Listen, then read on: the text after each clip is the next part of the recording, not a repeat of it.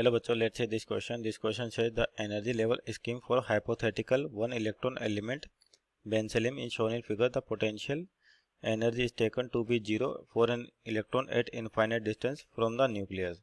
If the photons emitted from benzelium transition 4 to 2 or from n equal to 2 to n equal to 1 will eject photoelectrons from the unknown metal. But photons emitted from the transition 3 to 1 will not, यानी कि 3 से 2 का transition होगा, वहाँ पर आपके पास कोई photon नहीं है. What are the limits maximum and minimum possible values of work function of the metal.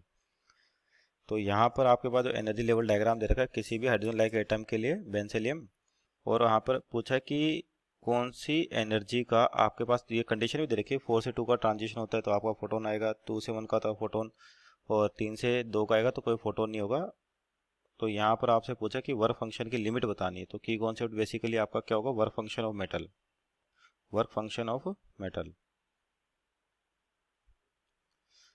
तो वर्क फंक्शन क्या होता है बेसिकली कि आपको अगर किसी मेटल सरफेस है, जैसे मान लेते हैं ये मेटल सरफेस है, तो इसका एक वर्क फंक्शन होता है फाई, और जो जो बोलते हैं कि फोटोन्स आपके पास यहाँ पे इंसिडेंट हो रहे हैं, तो इनकी एनर्जी आपके पास जो मेटल का वर्क फंक्शन है उससे हल्की सी ज़्यादा होनी चाहिए ताकि आपके पास इलेक्ट्रॉन सरफेस से इजेक्ट हो चुके हैं. तो एक लिमिट होती है अपने पास है फाई, जिसको वर्क फंक्शन कहते हैं, और इसकी वैल्यू होती है एच एफ नोट, जहाँ पे एफ नोट के थ्रेशोल्ड फ्रीक्वेंसी या एच सी बाई लेमडा लिखें तो ये हो जाएगी थ्रेशोल्ड वेवलेंथ.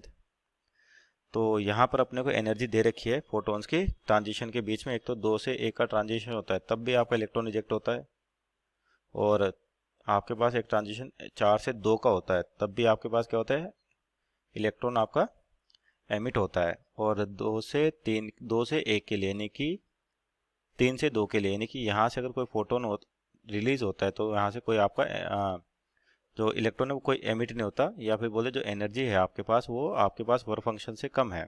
क्योंकि जो इलेक्ट्रॉन इजेक्ट होगा तो इलेक्ट्रॉन की एनर्जी आपकी वर्क फंक्शन से ज़्यादा होनी चाहिए ताकि इलेक्ट्रॉन सरफेस को छोड़ के खुद वेलोसिटी के साथ बाहर निकल सके. तो यहाँ पर एनर्जी लेवल आपको दे रखी है, तो इनकी कैलकुलेशन करते हैं कितना डिफरेंस है. तो 1 और 2 की बात करें तो यहाँ पे 10 इलेक्ट्रॉन वोल्ट का डिफरेंस है आपके पास, यहाँ -20 और -10.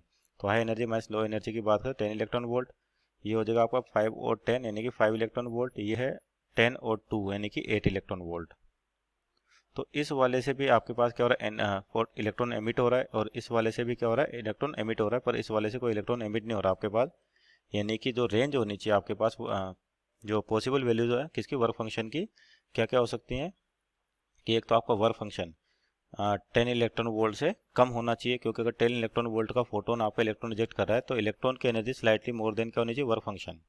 तो 10 इलेक्ट्रॉन वोल्ट से तो ज़्यादा होना चाहिए, और 5 इलेक्ट्रॉन वोल्ट पर आपका कोई इलेक्ट्रॉन बाहर नहीं आ रहा. इसका मतलब वर्क फंक्शन जो है उस वाले के लिए आपके पास लिमिट हो जाएगी, जो एनर्जी है वो 5 इलेक्ट्रॉन वोल्ट से कम नहीं होनी चाहिए.